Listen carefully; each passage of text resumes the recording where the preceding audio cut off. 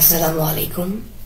একটা মাসলা বলতে চাই, যেটা হয়তো সচরাচর আমরা সবাই ভুল করে থাকি রোজা রাখতে গিয়ে সেহরির টাইমে।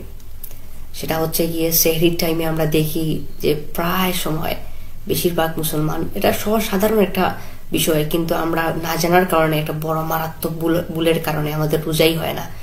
সেটা কি, যে আমরা যখন সেহরি খাই, সেহরি খাওয়ার টাইম নিয়ে, শেষ টাইম নিয়ে, শরিয়া আইনে বা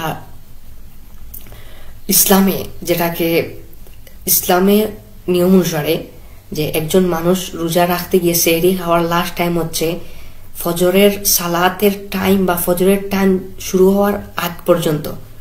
যখন ফজরের টাইম শুরু হয়ে যাবে বা ফজরের সময় শুরু হয়ে যাবে, তখন যদি কোনো মুসলমান সেহরি বা খাবার খেয়ে ফেলে রোজার দিনে, পরবর্তীতে তার রোজা হবে না, রোজা ভেঙে যাবে। এই জন্য সেহরি খেতে হলে প্রত্যেক মুসলমানের লক্ষ্য করা উচিত, যখন মসজিদের মাইকে ঘোষণা করবে যে সেহরি খাওয়ার সময় শেষ হয়ে গিয়েছে, যখন আমরা আমাদের চতুর্দিকে বা সমাজে তো মসজিদ আছে, মসজিদে সবসময় মাইকে এলান করা হয় প্রত্যেকের কয় মিনিট আছে বা কখন সেহরির টাইম শেষ হবে।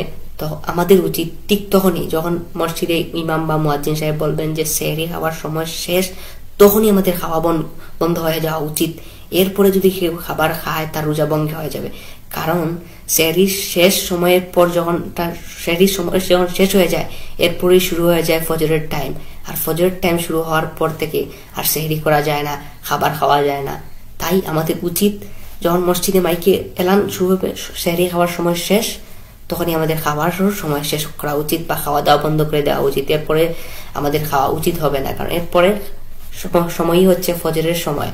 আর ফজরের সময় চালু হওয়ার পরই খাওয়া যায় না, এটা শরীয়তে বা ইসলামের নিষেধ। তখন কেউ যদি কেউ যদি খাবার খেয়ে ফেলে, তখন তার রোজা ভেঙে যাবে। তখন কেউ যদি ভুলবশত খেয়ে ফেলে, এটা তো দিনের বেলায় ভুলবশত খেলে রোজা ভঙ্গ হয় না। আর তো সেহরির শেষ টাইমের সময়, সো আমাদের এটা মাথায় থাকতে হবে।